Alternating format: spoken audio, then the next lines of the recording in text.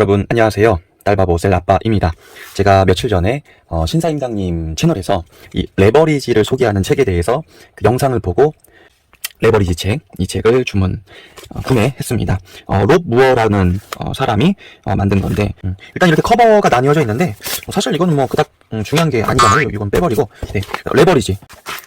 이 책을 제가 읽으면서 저는 책을 읽을 때 어떻게 되냐면 이게 접고 칠하고 쓰고 이러면서 책을 이제 읽어요. 그래서 제가 이 내용을 그냥 이렇게 책을 읽고 끝나는 게 아니라 제가 한번 보여드릴게요. 잠깐 보여드릴게요. 뭐 이게 개인적인 그 내용도 많이 들어갔을 테니까 그런 내용을 좀 다 하긴 그런데 이런 식으로 다 적은 거예요. 제가 직접. 그리고 이건 이제 백만장자 메신저 뭐 있었고 이것도 제가 좀 추천할 그 책이라서 나중에 추천해드리고 이런 식으로 적었습니다. 제 주머니에 항상 들고 다니는 이 다이어리, 이게 제 메인 다이어리거든요. 여기에 조금 더 디테일한 아주 간단 명료하게 이제 만드는 그런 작업이 필요합니다. 가령 이제 이런 것들 지나가고요. 네, 그래서 내가 내 시간을 제대로 관리할 수 없고 타인에 의해서 내 시간이 관리된다면 그건 노예의 삶이라고 저는 단정 짓고 말씀을 좀 드릴 수 있다고 생각해요. 근데 거기에서 좀 벗어나서 프리랜서라고 하는 것은 내가 자유롭게 내 시간은 내가 직접 관리를 다 하면서 일을 할 수 있는 것, 그게 전 프리랜서라고 생각을 합니다. 그 과정도 제가 영상으로 한번 남길게요. 이 책에서 나오는 것처럼 백만장자 그 메신저에서 나오는 것처럼 하나하나 시도를 해보려고 합니다. 네. 일단 레버리지 뜻이 뭐냐면요, 이 지렛대 효과라 그래요. 그러니까 작은 힘으로 커다란 무언가를 움직일 수 있고 드러낼 수 있는 것. 지렛대가 그런 원리잖아요. 그래서 그런 원리로 할 수 있는 것. 여기서 레버리지라고 말한 거는 내가 최소 시간을 투자해서 그것으로 인해서 계속적인 지속적인 커다란 수익을 낼 수 있는 파이프라인을 뜻합니다. 그래서 레버리지 이꼬르 파이프라인 생각을 하시면 됩니다. 더 쉽게 말하면 불로소득. 내가 일하지 않아도 24시간 날 위해 일해주는 무언가. 로버트 키요사키 선생님의 부자 아빠 가난한 아빠라는 책 굉장히 유명하잖아요. 그 책에서 말하는 것처럼 자산을 뜻하는 것이기도 하죠. 레버리지를 이용해서 자산을 만들어낸다라고 생각을 하시면 돼요. 그 자산에 대한 정의는 명확하게 거기에서 말을 해놨는데 내 주머니에 무언가 계속해서 돈을 넣어주는 무언가, 그것이 자산이다. 사업체가 될 수도 있겠죠. 왜냐면 내 주머니 계속해서 월세 수익, 부동산 월세 수익도 그중 하나일 수가 있고요. 뭐 로열티라든지, 그렇죠? 작가이신 분들 계속해서 내가 가만히 있어도 책 한 권 쓰면 그게 정말로 베스트셀러나 뭐 메가셀러나 이제 계속 유명한 책이 된다면 가만히 앉아 있어도 수익이 발생되는 것, 그런 것들이 전부 다 파이프라인이 될 수 있겠죠. 자산, 타인의 시간에 의존해서 내가 그 사람을 위해서 시간 할애를 최우선으로 하지 말라는 내용이에요.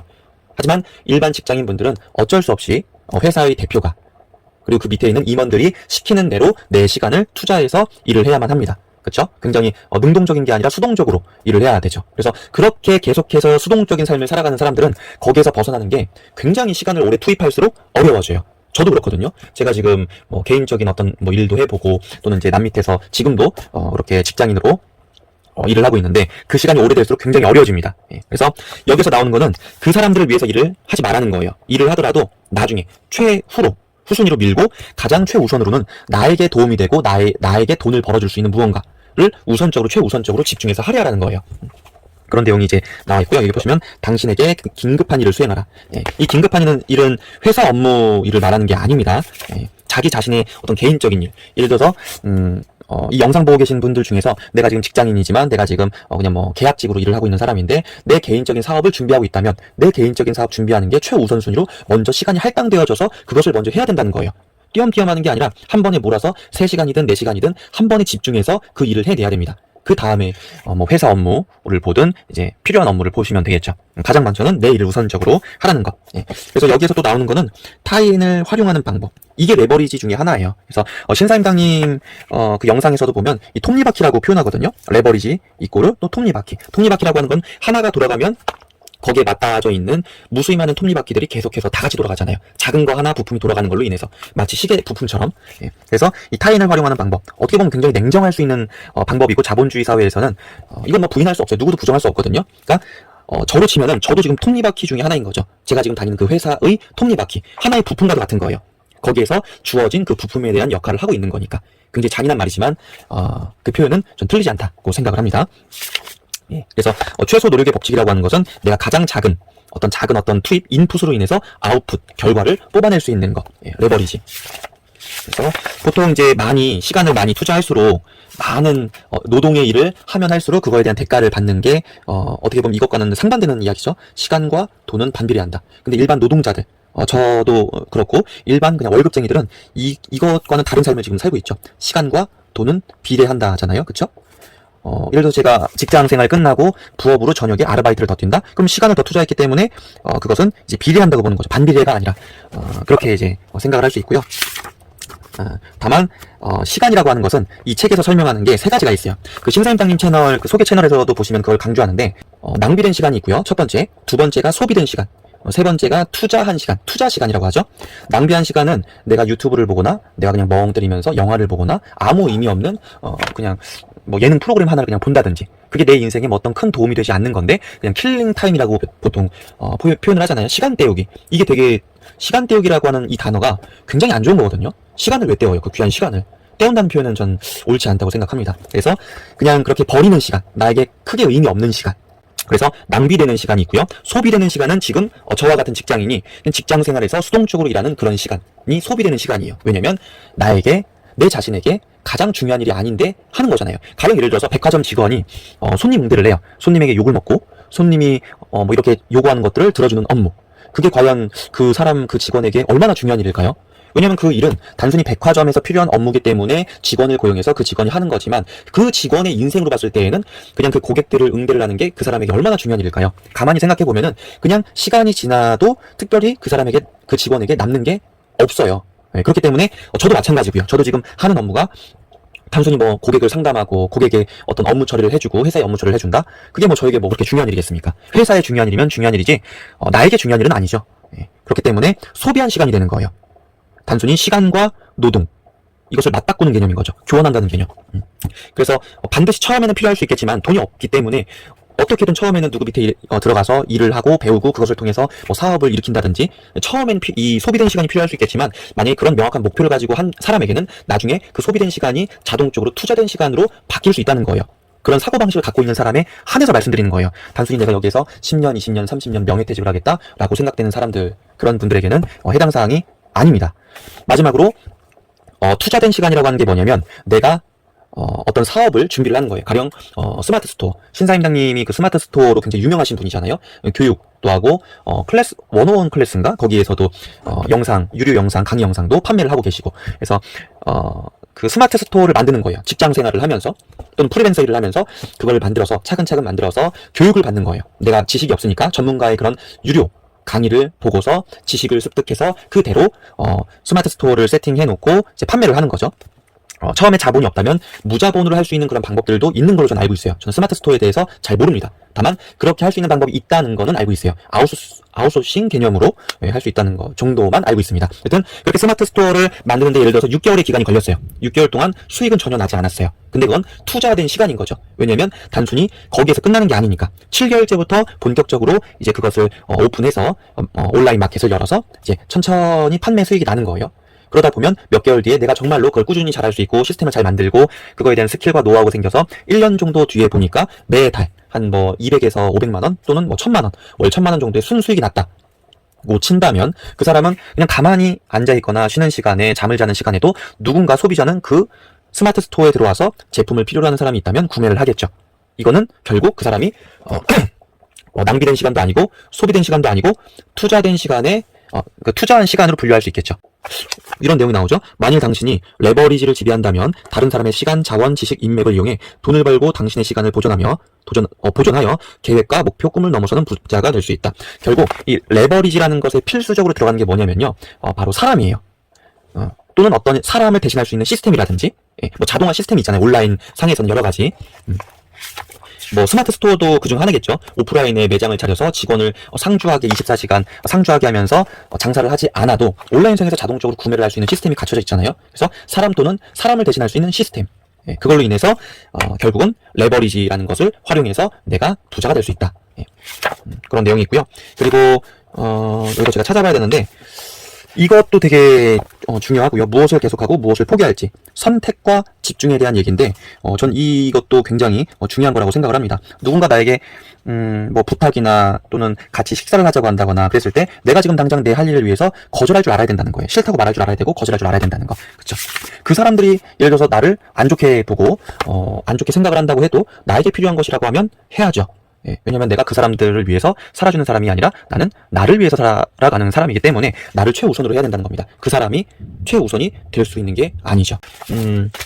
시간을 어떻게 쓰는지 그것을 체크를 한번 해보면 좋은데요. 저는 지금 그 시계부라 그래서 내가 어떻게 시간을 썼는지 다이어리에 그걸 적고 있어요. 그래서 24시간으로 나눠놓고 수면 시간이든 기상 시간이든 출근 퇴근 시간이든 각각에 맞는 저만의 그 고유한 색깔을 정해서 그걸로 좀 바로바로 볼 수 있도록 구분할 수 있도록 그렇게 하고 있습니다. 그래서 그렇게 색으로 나누면 아무래도 내가 어디에 투자를 하고 있는지 어디에 낭비를 하고 있는지 어디에 소비를 하고 있는지를 좀 시각화 시켜서 알 수가 있어요. 데이터가 되고 지표가 될 수 있는 방법이기 때문에 다이어리를 좀 굉장히 중요하게 생각하는 사람이거든요. 그래서 다이어리를 사용하시는 분들은 한번 이런 그 시계부를 만들어서 내 시간 소중한 시간을 어떻게 잘 쓰고 있는지 아니면 잘 활용하지 못하고 있는지를 체크해 보시면 좋습니다. 제가 추천하는 방법은 세 가지로 나누는 거예요. 여기에서 말을 했었던 것처럼 낭비된 시간, 소비된 시간, 그리고 투자한 시간. 낭비된 시간은 가령 빨간색, 그리고 소비된 시간은 파란색, 그리고 투자한 시간은 노란색. 이런 식으로 색깔로 구분해서 보시면 일주일 동안 내가 빨간색은 얼마나 많이 있고 노란색은 얼마나 많이 있고 또 파란색, 소비한 시간은 얼마나 많이 있는지를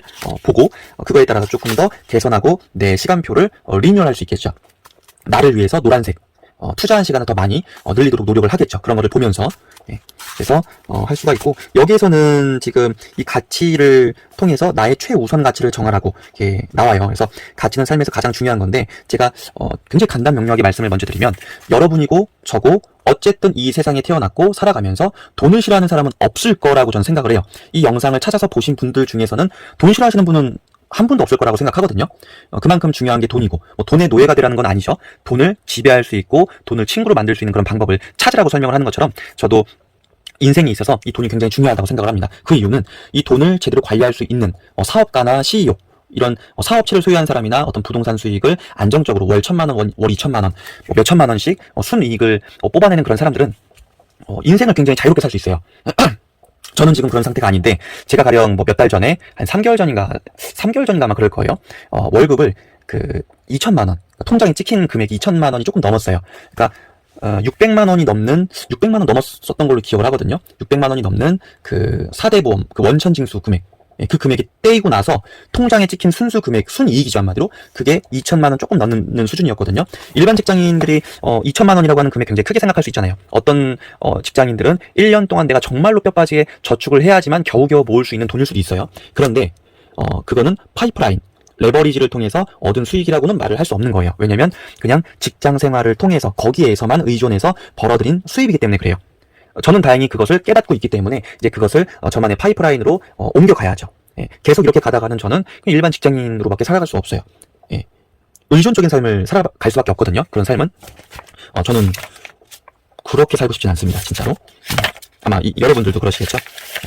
그래서 여기에서 몇 가지 좀 팁을 또 말해주고 있는데 보면은 네, 일단 이 핵심 결과 영역이라는 거를 좀 한번 주의 깊게 좀 볼 필요가 있어요. 뭐냐면 핵심 결과 영역은 비전을 성취하기 위해 또는 목표를 성취하기 위해 초점을 맞춰야 하는 최고 가치 영역. 내가 자유롭게 인생을 자유롭게 부자가 되기 위해서 지금 당장 초점을 맞춰야 되는 어떤 그런 파이프라인에 있어서의 최고 가치 영역이라는 거예요. 뭐 쉽게 말해서 당신의 기업, 팀, 개인을 변화시키기 위한 대부분의 시간의 대부분을 투자해야 하는 몇 가지. 그래서 뭐 관계를 개발하고 유지하고 마인드를 다 잡고 시스템을 개발하고 시스템 개발한다는 게 어떤 사업체를 만든다라는 개념일 수도 있잖아요. 재정을 조달하고 뭐 대출 레버리지를 이용한다든지 비즈니스 전략을 짜고 내 사업 계획서를 만든다든지 핵심 결과 영역이 될 수가 있고요.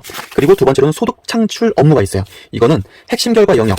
첫 번째 본 이 핵심 결과 영역에 부합하고 기여하는 업무를 의미한다. 그래서 쉽게 말해서 최대의 이익과 최소의 낭비, 적절한 시간을 들여서 최대의 소득을 내는 업무라고 나오죠.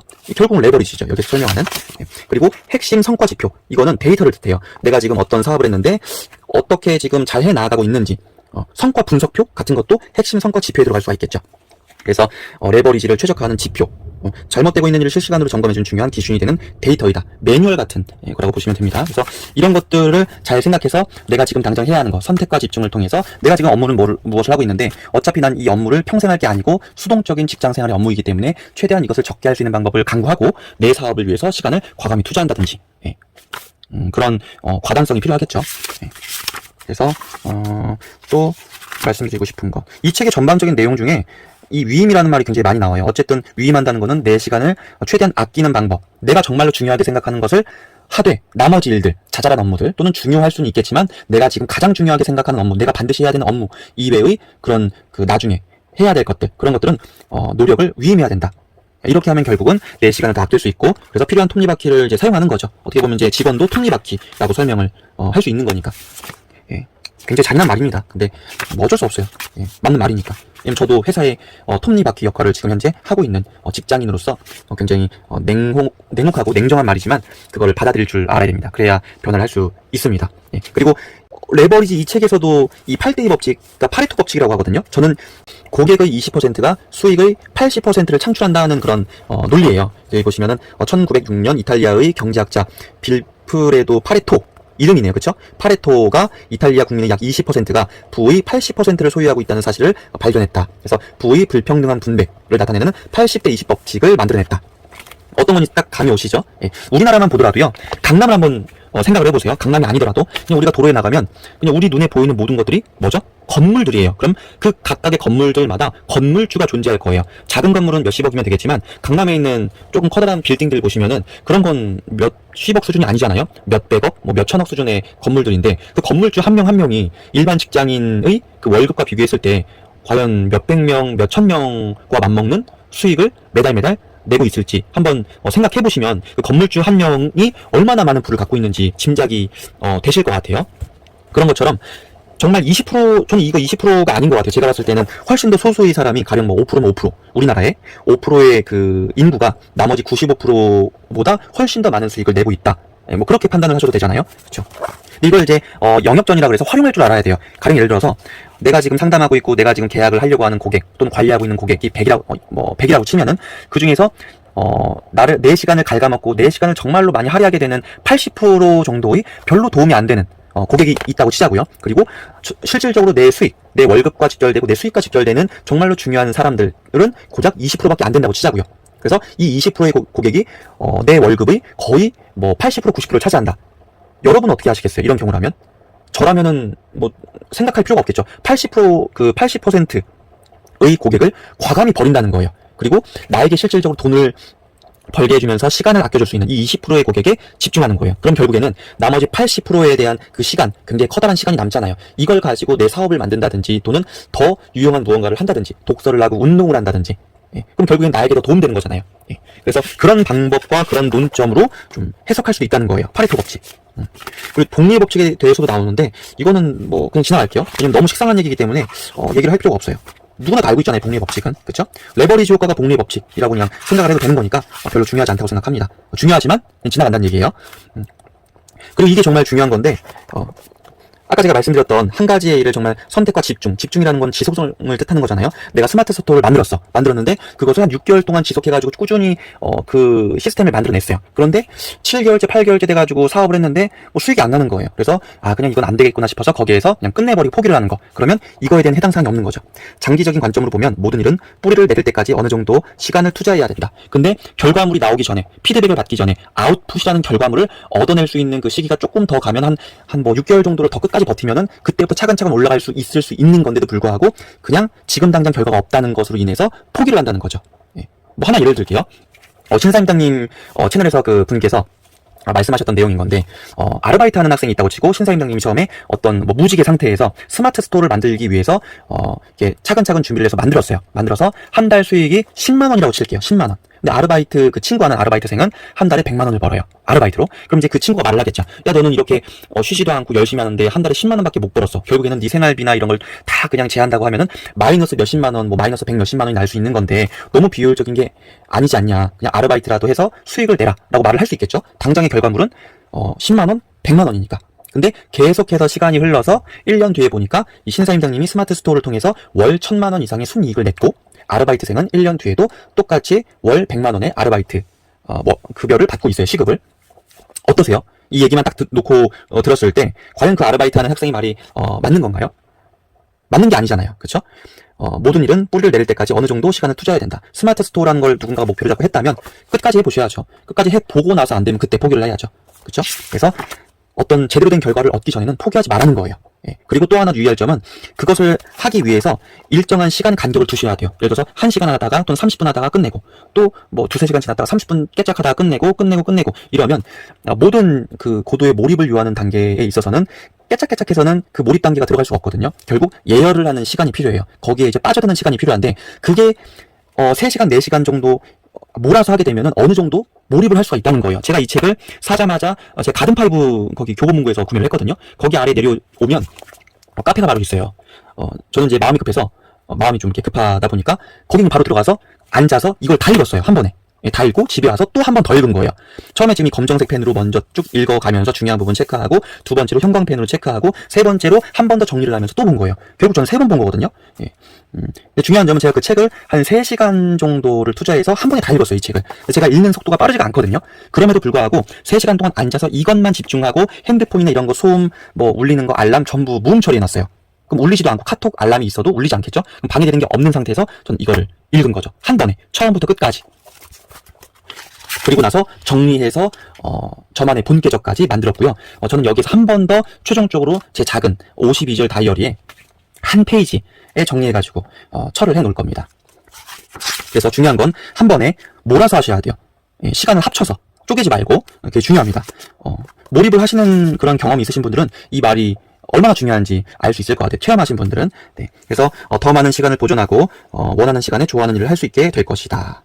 예, 더 많은 시간을 투자하고 더 적은 시간을 낭비할수록 낭비하는 시간은 더 줄일수록 이라는 뜻이죠. 더 많은 시간을 보존하고 원하는 시간에 좋아하는 일을 할 수 있게 될 것이다. 내가 좋아하는 사람과.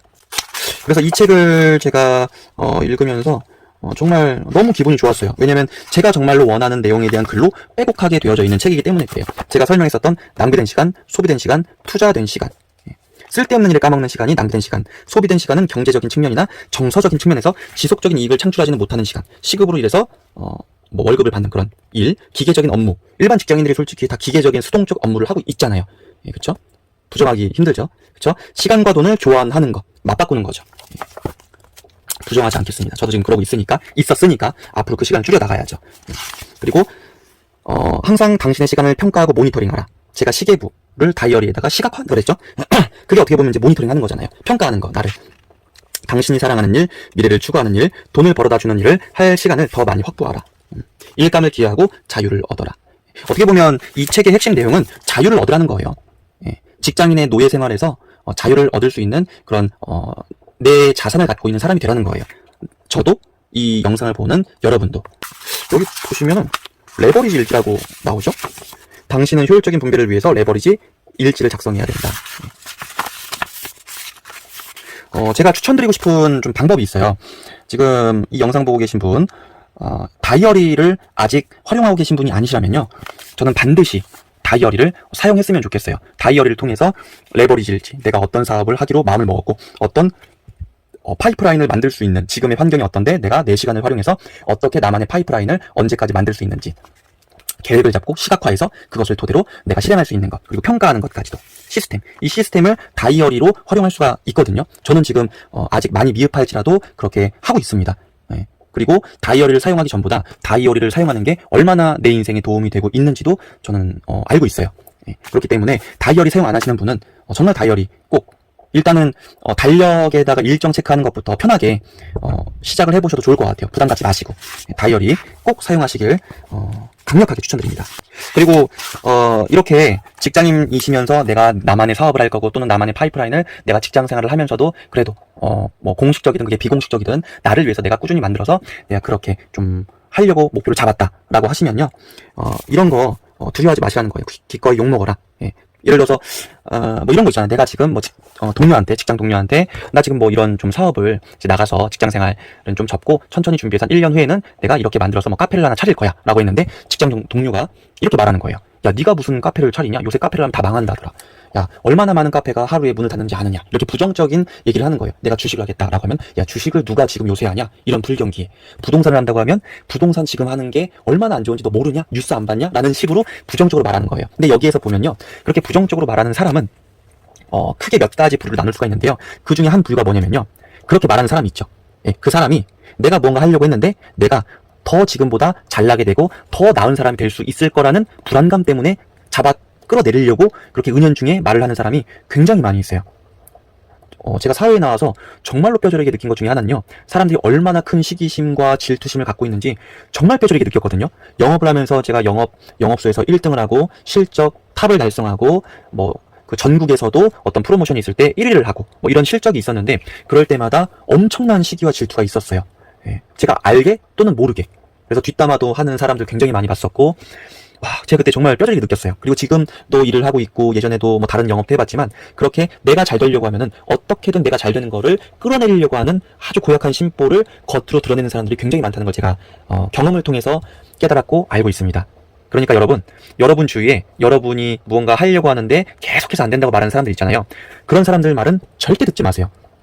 여러분에게 어떤 도움도 되지 않는 아주 못된 사람이고 아주 안 좋은 사람이고 여러분에게 백해무익한 사람이에요. 그런 사람의 말을 귀 기울이지도 마시고요. 귓등으로 그냥 내치시고 듣지도 마세요. 여러분이 하고 싶고 해야 될 일에만 집중을 하시고요. 그리고 보면은 결국 결과가 좋으면 그런 말들은 저절로 사라진다. 여러분이 뭔가를 하려고 했는데 그게 처음에 보여지지 않은 거니까 주변 사람들이 다 반대했어요. 안 된다고. 심지어 가족까지도. 근데 나중에 보니까 여러분이 실제로 계획한 게 잘 됐어요. 사업이, 부업이, 어떤 무자본 창업이라든지 온라인 쇼핑몰이라든지 카페라든지 오프라인 가게나 채소 가게가 됐든 일반 가게가 됐든 뭐든지 간에 내가 강사를 한다고 했는데 네가 무슨 강사를 하나 했는데 1년 뒤에 정말로 멋진 강사가 되어 있을 수도 있는 거잖아요. 그런 것처럼 결과가 모든 걸 말해주는 거예요. 결국에는. 그러니까 내가 정말로 나를 믿을 수 있다면 남들의 시선, 남들의 부정적인 생각과 의견, 비판, 욕 개의치 마세요. 두려워하지도 마세요. 여러분에게 뭔가 핀잔을 주고 이런 것들에 대해서 두려워하지 마세요. 그리고 싫다고 과감히 말할 줄도 알아야 되는 게 거절 또는 싫다. 내 시간을 보존하기 위해서 누군가가 나를 레버리지로 활용하려고 하는 거예요. 톱니바퀴로 쓰려고. 이대리 이거 좀 해줘. 정대리 이거 좀 해줘. 이렇게 부탁을 할 수 있잖아요, 상사가. 그런데 거절을 할 수 있는 것도 저는 굉장히 큰 용기라고 생각하거든요. 근데 직장 생활을 하시는 분들이 이런 거절을 하는 게 굉장히 힘들다는 것을 아실 거예요. 특히나 상하 관계에 있는 그 관계 속에서, 직장 생활 속에서 상사가 업무 이외의 것, 내가 하지 않아도 될 만한 그런 업무까지도 맡길 경우가 있거든요. 그럴 때 욕을 먹고 또는 정말 내 어떤 이미지가 안 좋을 수 있더라도 거절할 수도 있는 그런 용기가 필요하다는 겁니다. 물론 이제 지혜롭게 좀 말씀을 드려야겠죠. 예, 좀 이렇게 부드럽게. 지금 이런 것 때문에 너무 제가 좀 도움을 드리고 싶지만 이번엔 좀 어려운데 다음에 기회가 된다면 제가 꼭 도와드리겠습니다 라고 이렇게 좋게 거절을 한다든지, 그게 아니라고 하면 냉정하게 말을 할 줄도 알아야겠죠. 그리고 여러분들만의 그런 팀을 꾸리라는 내용이 있는데요. 저 같은 경우는 지금 제가 사업을 뭔가 한다고 했을 때 저를 도와줄 수 있는 사람이 현재는 없어요. 단 한 명도 없거든요. 그래서 지금 내가 처음부터 할 수 있는 게 무엇일까, 천천히 할 수 있는 거 두 가지가 있었는데, 첫 번째가 지금 제가 사용하는 다이어리를 정말로 지금처럼 활용을 더 잘하는 것. 두 번째가 이 책을 멘토로 삼아서 내가 여기에 있는 것들을 하나하나 천천히 실천하면서 정말로 좋은 사람들을 실제로도 가서 만나서 멘토를 하나하나 만나는 것. 그런 두 가지 방법이 있는데, 일단 다이어리에 대해서 제가 또 말씀을 좀 드릴게요. 이 개인 비서, 이 비서는 팀에서 가장 중요한 사람인 건데, 다이어리를 비서라고 한번 생각을 해보세요. 내 스케줄을, 모든 것을 관리해주는 거예요. 고객과의 일정, 어떤 일정, 친구와의 일정을 내가 전화 받는 즉시 다이어리에 바로 그 날짜에 기입을 했다고 생각을 해보세요. 날짜, 장소까지도.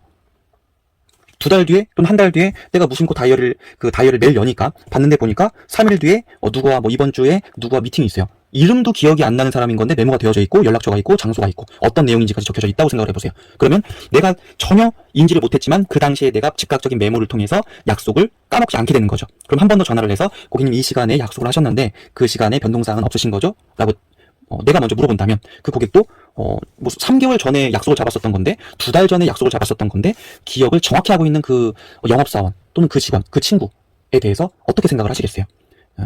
더 나아가서는 감동을 할 수도 있다는 거예요. 그래서 다이어리를 그렇게 잘 개인 비서처럼 사용을 하는데요.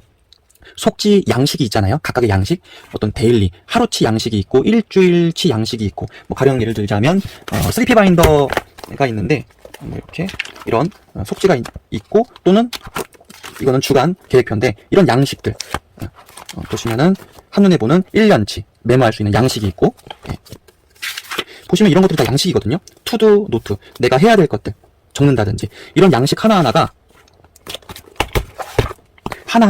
어떻게 보면은 나만의 개인 비서를 하나하나 늘린다고 볼 수도 있어요. 왜냐면 그 다이어리 양식을 보고 잘 체계화해서 잘 폴더별로 분류를 다이어리에 차곡차곡 해왔다면 그것을 보는 것만으로도 내가 즉각적인 기억이 안 났었던 것들까지도 할 수가 있다는 거예요. 그래서 다이어리를 개인 비서처럼 속지 양식을 잘 구비를 해서 나만의 개인 비서로 활용할 수가 있죠. 제가 그저께 교보문고에 가서 이 레버리지 책을 샀다고 했잖아요. 근데 거기에 보니까 제가 굉장히 눈여겨봤었던 그 노트가 있었어요. 뭐냐면 운동과 관련된 양식으로 이렇게 채워져 있는 그런 노트가 있었는데요. 제가 그걸 보고 정말로 많이 느꼈어요. 아, 운동을 해야 되는데 막연하게 내가 운동을 한다고 하는 것보다는 이렇게 매일매일 이 운동과 관련된 양식을 통해서 운동을 뭐 했고, 몇 시부터 몇 시까지 했고, 내가 운동을 하면서 음식은 뭐를 섭취했고, 건강을 위해서 내가 해야 될 건 무엇이고, 내일은 어떤 운동을 할 것인지, 이렇게 양식이 갖춰져 있다면 어떠시겠어요? 생각을 하지 않아도 그 양식, 개인 비서가 내가 해야 될 것들을 하나하나 설명해주고 있잖아요. 그래서 내 시간과 내 생각을 절약할 수가 있다는 거예요. 그래서 다이어리를 쓰면 너무 좋다는 겁니다. 예. 다이어리 꼭 사용하셨으면 좋겠습니다. 그래서 이 레버리지라고 하는 것을 제가 한마디로 좀 정의를 하면요, 결국에는 이거 같아요. 돈이 나를 위해 일하게 만들어야 된다. 또는 다른 그 사람이 나를 위해 일하게 만드는 것. 회사의 직원들은 하나의 CEO를 위해서 일을 하고 있잖아요. 저도 그 중에 일부 직원이고요. 노예죠. 예, 그리고 CEO는 주인이죠. 그 주인을 위해서 정말 수많은 직원이, 삼성 한번 생각해 보세요. 삼성. 얼마나 많은 그 직원들이 있고, 그 직원들이 누굴 위해서 일하고 있습니까? 자기 자신을 위해서 다들 일을 하고 있잖아요. 그런데 그 사람들이 일을 함으로 인해서 가장 큰 이익을 받는 사람이 누군지 생각하시면 그 사람이 주인인 거예요. 그쵸? 예. 어느 회사도 직원이 그 회사의 CEO보다 그 일로 인해서 더 많이 버는 경우는 제가 아는 한 없습니다. 예. 직원이 1,000만 원을 벌고 직원이 1억을 벌었다면요, 월 한 달에 2억을 벌었다? 많이 번 거잖아요. 얼마나 좋겠어요, 그 직원은. 근데 그 직원이 2억을 벌므로 인해서 그 회사의 대표는 이 직원 때문에 가만히 앉아서 훨씬 더 많은 돈, 4억, 5억을 벌었다는 게 되는 거예요. 예. 그렇기 때문에 회사의 CEO가 주인이라는 거예요. 그렇죠? 그래서 여러분들은 꼭 여러분들을 위해서, 이 돈이 여러분들을 위해서 일하게 만드는 그런 노력을 꼭 하셔서, 이 레버리지라는 책에서 설명하는 것처럼 그런 좋은 결과를 얻어서, 저도 그런 좋은 결과를 얻어서 경제 자유를 얻어서 인생의 자유를 얻기를 정말로 소망하고 희망합니다. 감사합니다. 혹시 내용이 좋았다면 앞으로도 제가 더 좋은 내용들 영상 올릴 테니까요. 구독, 좋아요 한 번씩 눌러주시면 감사하겠습니다. 감사합니다.